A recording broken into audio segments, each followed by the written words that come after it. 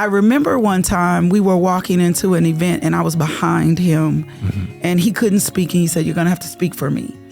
And I said, I whispered, I said, "I cannot feel your shoes."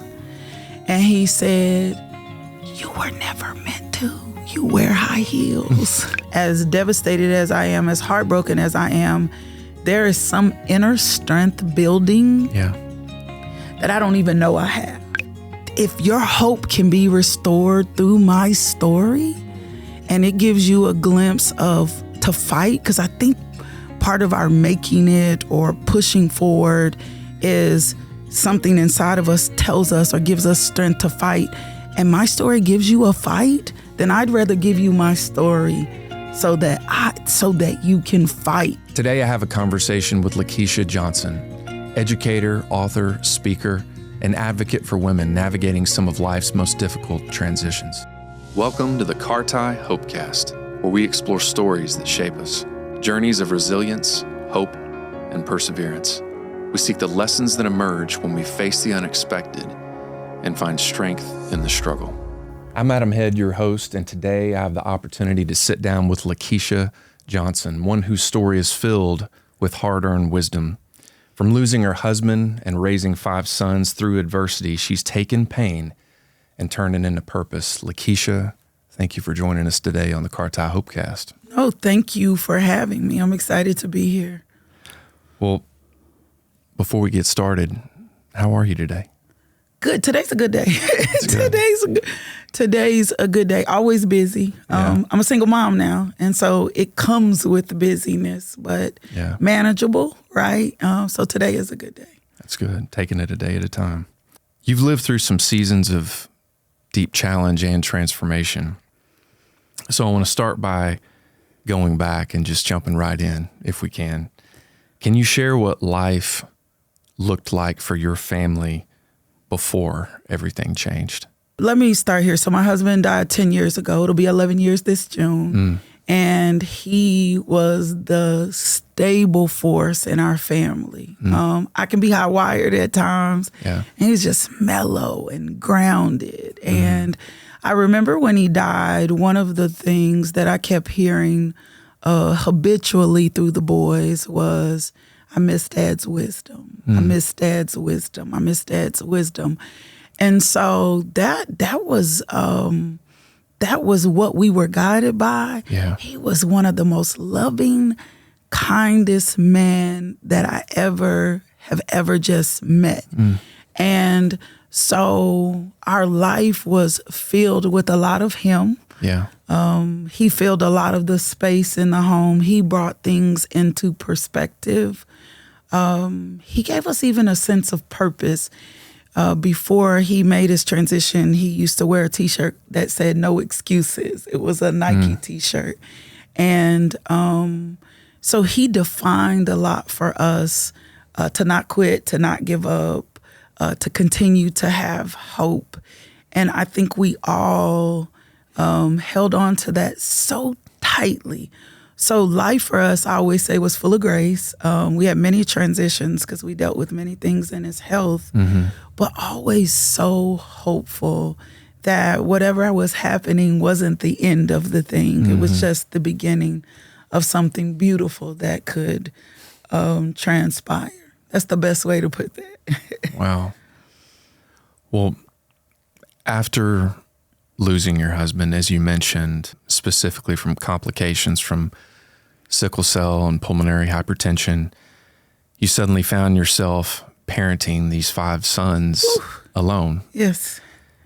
If you would kind of take us back to that, kind of when that all hit and where you were with all that. So the last 2 years, he also went into liver failure. So sickle cell, like you just have to understand sickle cell. I always say it's the silent killer. It's attacking those organs. His liver had gone into failure. We're dealing with pulmonary hypertension. He's on 95% oxygen at home. We've had multiple ICU stays. Goodness. We've got 2 sons in college, 3 still at home. We're a homeschool family. He has a nonprofit organization that he is over and he is leading. He has chaired the legislative task force in the state of Arkansas for sickle cell. We have an adult clinic now because of his drive and and so all of this is still going on while we're losing him.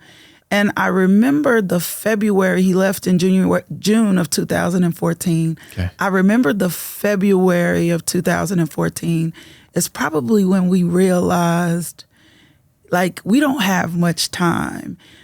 He came to me and he was just very bold. He said, I'm taking myself off all my medications besides pain. That meant everything for pulmonary hypertension. That meant he said, I'm taking myself off all my medications. I will no longer, because his doctor used blood transfusions just to increase the longevity of his life. I'm not getting another blood transfusion. And he was a man of faith. And he goes, if something miraculous has to happen, then I'm leaving it right in this position here. But what I don't want to do is I don't want to live life like this any longer. And we had a hospital stay, and he called me up there and he talked to me. And I remember looking at him and saying to him, I'm losing you. And he looks back at me and then he just gives me this look and I say, and you're going to leave me here, because there was some humor between us in strange moments. You're going to leave me here with these 5 kids. And if permissible, when we get to heaven, I'm going to beat you up. Like, that was what I said to him in that moment. Because five sons, not a mix of daughters, 5 sons with all different personalities. And he looks at me and he's like, but I gotta go. He just was peculiar. And I'm like, man, because this is not the life that I want you guys to live. Like, and I know for a fact that your loyalty to me will allow you to take care of me for the rest of your life. And I know that you were not designed for just that. This world has need of you. Wow. And it sounds amazing in the moment, but my heart was broken, grieved, overwhelmed. And I'm thinking of pivotal moments in these transitions. Yeah. We get to Easter weekend. So Easter weekend for us is not a celebratory weekend, because he was getting closer. He was writing notes. He was telling me, remember what this is. He was purging the house, cleaning up things in the house, remembering projects. And I'm going to be honest, at first I'm like, man, we're getting ready to see this miracle. Because he had energy like he never had before. He's only taking a couple of pain pills a day. And then we get to closer to like March or maybe April. And we had a son graduating that year as well.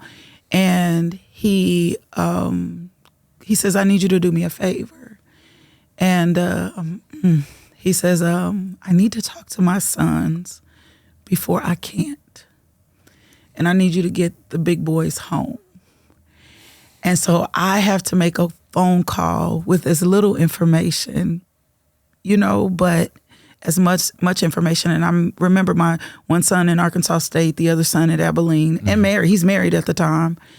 And I'm like, I need y'all to get home this weekend. I'm transferring money to accounts, like, just get here. And they're like, Mom, what's going on? And I'm like, I can't elaborate, but your dad needs to talk to you. And they came in that weekend, and it was the most, and my boys can eat, and I can cook. I'm Southern cooking. And I had cooked, but it was the most somber weekend. He pulls them in the room. And I always say this is when the transition began, because the minute he talked to them, it's almost like he cocooned. He wasn't saying much after that. And he just shared with them. He said, I don't know how much longer I have. And he just talked to them about, I love you. Judah, the baby, was 4 at that time. And he's like, I just need y'all to take care of Mom. I need you to watch out for your little brothers. Just leaving all this thing. And like, my heart was breaking. It wasn't it was broken in that moment. And so I had to learn how to parent through heartbreak. And it's not easy. It wasn't clear I don't know that I was always functioning. I was slipping into a depression because we're also a homeschool family, and I'm having to make rapid decisions, right? Yeah. I'm still teaching, still running this organization. We are also in the middle of a golf tournament and a camp for kids that he hosted every year for kids with sickle cell disease. He's also telling me not to cancel the golf tournament. He's also telling me not to cancel the camp. And he knows my heart to let him lead, right? So he's telling me these things, and I'm like, okay, wow. I got you. So I think also in the moment, as devastated as I am, as heartbroken as I am, there is some inner strength building that I don't even know I have. Like, I don't know that I have this kind of strength because for so long he was my strength. Mm-hmm. Like, when I don't know how, I'm coming to him. Mm-hmm. How do I do this? How do I manage this? And so in that moment, as little as he's saying, I'm learning that I'm capable.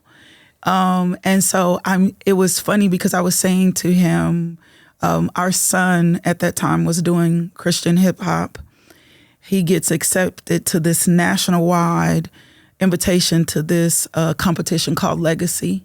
And I'm telling him these things that are happening. And I'm like, Javen got accepted into Legacy. And he goes, just like I thought. And I'm like, okay. And then I'm telling him, okay, all these sponsors are in place for the golf tournament. And he's like, just like I thought, right? And then another son of ours, something is happening. He's like, just like I thought. And I think just like I thought for him was that everything is going to be okay. Like a sense of peace. Does that make sense? Like everything is going to be okay. And I don't know that peace settled me in that moment, sure. But it was making me come to terms with the reality that I don't know how long is. And we get to May and our son is graduating and he can't go because he physically cannot get on this road at all. Like, we can't fly him there. We can't drive him there.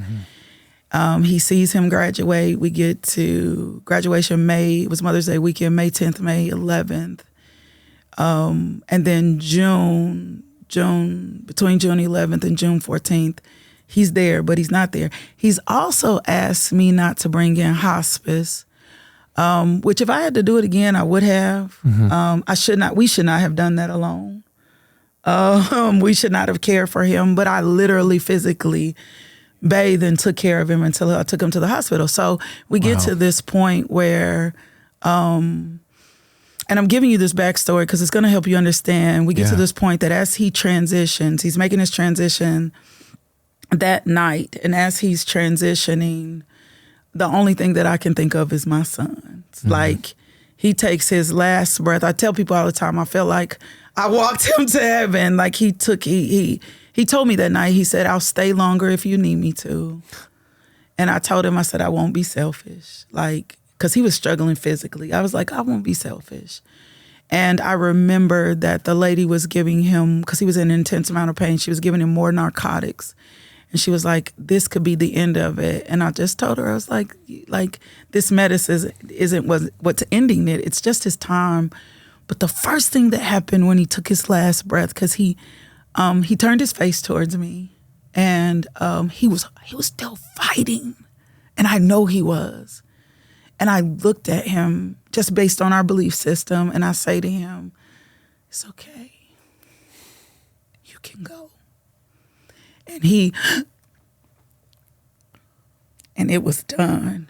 But the first thing in that moment was not how I was feeling. It was not about where I was. It was not about my mom. His mom didn't make it in time. It wasn't about his mom on the way. I looked at my mom and I said, will you close this out? I have got to get home to my son. You felt that weight immediately? Like, immediately. Like, it was not even anymore about me from that moment forward. It became about them. Like I've got to get home. Mm-hmm. You know what I'm saying? And it's crazy because my oldest son was back in Abilene. And he's the first person I have to call. My other son was at home already because summer was out. Mm-hmm. The other kids were home. There was only one. And I called him and I said, I called him before, I think. And I was like, hey. And Abilene is like it was like an 8 hour or something drive, or 11, somewhere in there. And I was like, hey, you need to get home. And he was like, Mom, I said, just, get home. And so he and his wife got on the road. And I remember getting to the house and going through the door, and they just looked at me, and they knew the habits that I don't come home without Dad. If he's at the hospital, I'm locked in. Like, that's where I am till he's steady. And I walk through the door, and I have my cell phone in my hand, but his cell phone is in my hand. Oh. And they looked up. They knew. And they were like, and I remember my 17-year-old at that time just screamed, no. Oh. And I remember Judah, the baby, goes, why do you have Dad's cell phone? Like, he won't be able to FaceTime me. And I'm in that moment locked in going, how do you explain to a 4-year-old, right? Yeah. Like, you can't. You can't. Like, you can't. And as devastated as I am, I just had to figure it out. Like, I had to figure it out. And I told someone the other day, you get in this space where your grief is very present. And at first I was trying to manage their grief. And you can't. Like, you got to let them feel what you feel, because this also happened. We buried him a week before Father's Day. Oh. Right? Yeah. Like, right? Just another layer on top of it. Yeah. And so it's so many layers. It's so many things to peel back. And so I can't tell you what it was like at first, because it's so blurred. Everything was so mixed, trying to get everything handled. Mind you, finish this golf tournament. Mind you, he dies. I have guest appearances at the radio station the next day that he normally handles. Also, no one knows what's going on. They don't know he's this sick. They don't know he's at the end. We were very private. We protected that. Okay. He asked me to. His life was very public. We often journaled his story and fight with sickle cell. But at the end, he became so private. I don't want nobody to know. I don't want anybody. There were only a few people he would let see him. There were only a few people he would allow to talk to him. And so I have all these appearances, and I'm got babies in tow. And I'm just trying to figure it out. And like, I don't know how to figure it out. And it's so funny because I am a woman of faith. I have a set of belief systems. But in that moment, I think I forgot everyone. I'm just being real. Like, it was coasting. Yeah. It was existing. People in our space and they were getting frustrated with that. Like, they didn't understand the culture of the funeral. Why are these people showing up? What is going on here? This was our dad. Like, this is our moment. And so trying to justify the existence, this is just the culture of what happens for us. This is people who want to love and to support you, and trying to figure out also how to add closure to something you don't want to end. And I will remember, because he was on oxygen, I was still sleeping with the oxygen on in the room because I needed to hear the sound. And Josiah, who was 10 at that time, came and got in the bed and was like, Mom, I know that he's gone, but my heart still searches for him. And I was like, this is the perfect description of what I think we're all feeling. And so after the funeral and after the burial, I think reality sits in, but it's not maybe until 6 months later. I was not going to church. I didn't really want to talk to people. Yeah.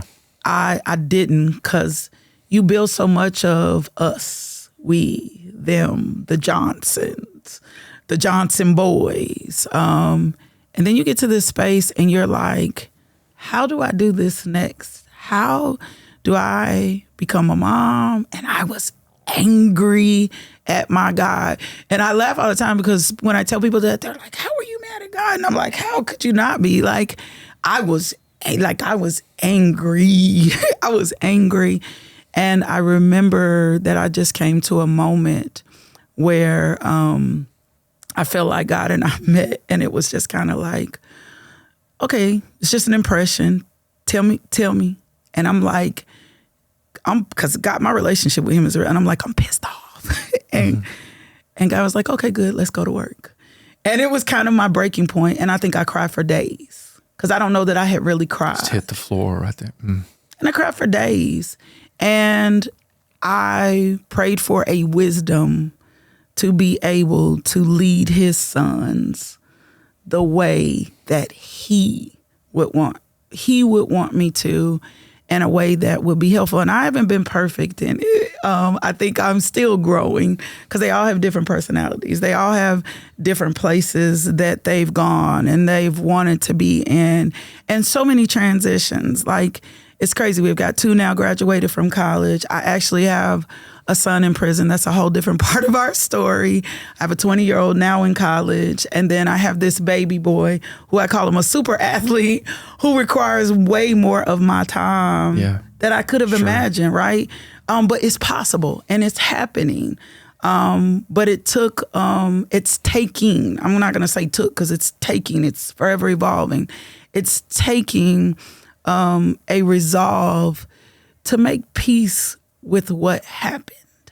Not that I like it, but to make peace that it is what it is. Life happens. Now what you gonna do with it? Like, are you right? Are you gonna sit here in it? Or are you gonna get up because you still got 5 people that need to be fed? You still got 5 people who have a destination and a journey they have to go, right? And you're gonna have to snap out of it. And let me say this carefully. There was counseling in there. This wasn't just, me and some super whatever. Like, I had to go see someone and talk this process out so that I could gather my bearings so that it was possible. I hope that makes sense. Well, and you've still got, as you mentioned, these 5 sons looking at you, so you needed that safe space. Yep. You mentioned with your sons, you had one facing incarceration, another one, you didn't get into this yet, but another was also facing some serious health issues. In just some of those early years following, what did you begin to learn about yourself? That I could make it and that I could do it without him. But that he was also still with me, like the wisdom he had given, the ideas he had given. I learned I was courageous. Courage is standing. Courage isn't that it's all perfect and right, but courage is staring something in the face for me and saying, you're not going to get the best of me. So I learned that I was courageous, and I learned that I had more faith than I knew. I learned to laugh at myself a lot because I think sometimes there's I hope I can say this. There's a movie. It's called The Life of Timmy Failure. It's a Disney movie. It's one of my favorite movies in the world. But he's always getting into something, and his mom is a single mom, and she is on him, and she is but he has this line. He goes, "Mistakes were made." Every time she does something, and so I learned to become a mistakes were made mom. Like, where I wouldn't have been at first, where I was kind of hard. I was the harder person in the relationship. We're gonna do this. We're gonna do this. We're gonna live by this. We're gonna da-da-da. And it was like, mistakes were made. Like, and so how do we figure out how to get outside of this mistake instead of letting it, Dad's gone, but Dad will want us to live. Yeah, Dad's gone, but Dad will want us to be happy, right? Like, so you just start, if you choose to. Now, I'm a serious, like, because you can let grief consume you. You can let moments consume you. But I think it's something inside of you has to click and open up and say, okay, this is not the end of the world.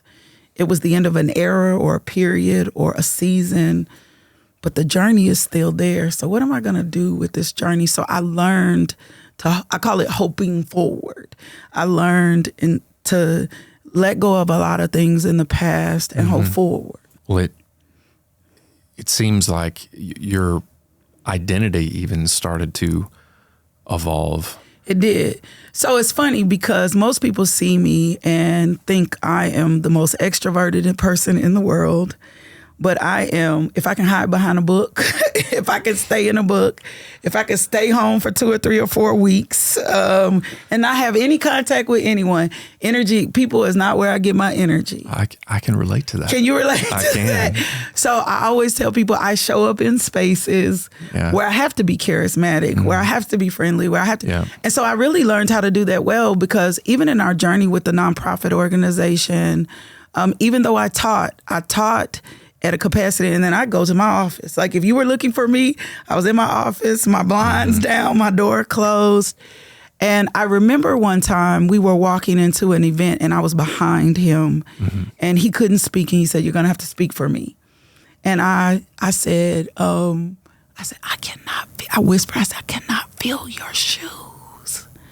And he said, "You were never meant to. You wear high heels."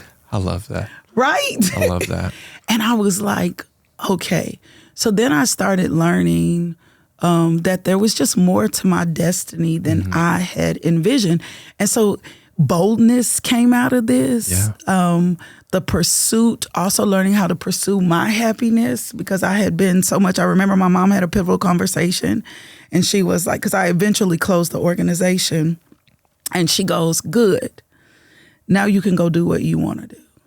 And I had never thought that I wasn't doing what I wanted to do, because I thought supporting and being in the role of my family was all I was ever called to do, right? And there's nothing wrong with that.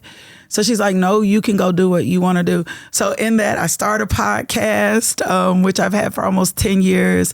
I host this program called Pillow Talk for Women by Women. Just all these things start coming. I wrote a book called The Launch for anyone who wants to start anything. I write another book called 30 Days of Prayer, targeting our children's lives in prayer, because if nothing else, I learned how to pray for my kids in his absence. And so, a version of me that I didn't know started coming alive and started being discovered. And I learned that I like to change my hair all the time, and that I have tattoos that are markers for places in my destiny that I never really had until after he died. Like just all these facets of me started being discovered in my journey. Maybe they were always there. Yep, that's a good way to put it. Maybe they were always there. Use a phrase, sometimes life. What does that mean to you, and how has that mindset helped you move forward, even when life was mysterious, overwhelming, unexplainable? So I have two. I have my son now, he's 28. He'll be home soon, thank you, who was incarcerated. Amazing kid, full scholarship, full ride, made a bad decision. He just made a bad decision. So he gets arrested in Texas. He winds up going to prison. And then my son, Josiah, senior year, goes skating. Freakiest accident in the world. Goes skating, breaks his ankle. And this break turns into potentially you can lose your leg. We wound up getting an infection to the bone. We wound up having multiple surgeries. So when I say sometimes life just lives, sometimes life just lives. And it's not because you're a bad person, or it's not because you cause these things. Sometimes it's just, life. And even for me, because of my faith belief, people were like when these moments were happening, people were just calling me, and I'm like, chill. Sometimes life. And so my thing is, things happen. Bad things happen to good people. Bad things happen at the most inconvenient moments. You don't plan an injury. Josiah was his senior year. This also means he now can't drive himself, which means I also have to drive him around. He's student government president, and he is not relinquishing his duties. He has decided not, right? And I'm like, okay, I've taught this. We taught this because you can't be mad, right? I've taught this. I've taught you endure. I've taught you no excuses. We've modeled this in the house. And so sometimes life just sometimes bad things just happen. And so for me, it's what do you do in the moment? You take a pause, you catch your second wind, and then you figure out how to manage the in-between. For me, that season was probably the season that I learned I needed people. Yeah. Right? That was like my season that I let people in because I've always been so private. That was my season that I need this thing in life. You cannot do this by yourself. You're going to have to let someone else in on your story. You're going to have to be transparent about how you feel. You have to be transparent about your resources. I remember somebody called, it might even been like your wife, I don't know. We were at school and somebody called and was like, we need to set up a meal train. And I was like, yes, you can. Like, I think it was her. It was like, yes, you can. Like, yes, you can set up a meal train. Yes, you can. Somebody was like, can we take up a donation? Yes, you can take up a donation. Because we were back and forth to the doctor, which limits my capacity to be able to work and fill contract obligations and stuff. So it's like crazy at the same time. But it's like sometimes life happens and you can't do anything. Like, you can't do anything about it. But for me, it's like you got to make peace in the moment. You got to be like, okay, it's one of my tattoos. It is what it is. Like, it is what it is. And what do you have control over? And what do you not have control over? And whatever you don't have control over, make peace with it. I don't have control over this. I don't have control over my son's decisions. He was raised, you know how we say right? He was raised right. Sure. He was raised right. Like, he was raised right. I didn't have choices over his decision. I couldn't control Josiah breaking his ankle. We couldn't control the infection. We couldn't control the 4 months of antibiotic. Like, there was nothing in our control. And so it's like, man, it's happening. Like, are you getting ready to try to control this? Are you going to release this and trust, I'm a Hunger Games fan, and trust that the odds are in your favor? Like, trust that help is coming, right? Yeah. Like, I'm a Hunger Games, and trust that the odds are in your favor, and trust that there's going to be some sponsors, or it's grace for me, but trust that right? So it's grace for me, but I like to try to make things as plain that anybody from any belief system can get it. Yeah. So if you haven't watched Hunger Games, go watch it. Like, trust that the odds are in my favor, and trust that there'll be some grace, some help that we need along the way. Well, you talked about shifting and using some of your experience. I mean, you've done quite a remarkable shift. Thank you. From being an educator to being a community leader, an author, an advocate. Can you talk a little bit more about this change and now kind of finding your footing in this new space? My friends tell me I'm doing it well. I keep saying I'm figuring it out. Yeah. Like, I keep saying it's been amazing to see more interest. Like, I wrote the launch in Starbucks. Like, I just started getting up every morning going, and they were just like thoughts, and it's just a short devotional. And it was just about my process of starting something new. I was also in a PhD program when my husband's liver went to failure. So 90 hours in, all but dissertation. Wow. But I had to put that down because I was juggling. You've got him, you've got the kids, you've got the nonprofit, you're teaching, and then you have this PhD and your skills are unbalanced, right? So you got to let something go. So the PhD was the no-brainer. It's like, okay, I hated it, but this needs to go. Yeah. So life for me in that moment, I was going to work every day crying, and I did not know why. I thought I was depressed. And my therapist was like, I was trying to come see her, and she was like, you really don't need me anymore. And I was like, I do. Because I keep going to work, and every time I pull into my parking space, I'm crying. What is going on? Well, it was just something inside of me saying, there is more to you. So Adam, I took a risk, and I just decided that this podcast as I had started was working. These consultings that I was running into, I wasn't even looking for them. They were coming for me because I do nonprofit consultation, just these different things that these doors were opening. And it's like either you can close them back or go explore. Right? Like, go explore. Here was a version of you that was necessary in the season, in the classroom. I always tell people the classroom was my pulpit. In the classroom at UAPB, and I'm still connected to a lot of my students. In the class, here, this version of you was fine for this season. But this season, needs another version of you. And even the podcast is Coffee and Conversations with LaKisha, and it's a daily devotional. Even the day I started it, I pick up my coffee mug and I go, I guess we're going to call this Coffee and Conversations with LaKisha. And it's just crazy. Like, it's just grown. Like, I've had to learn lighting. I've had to learn sound. I've had to adjust. I'm watching YouTubes.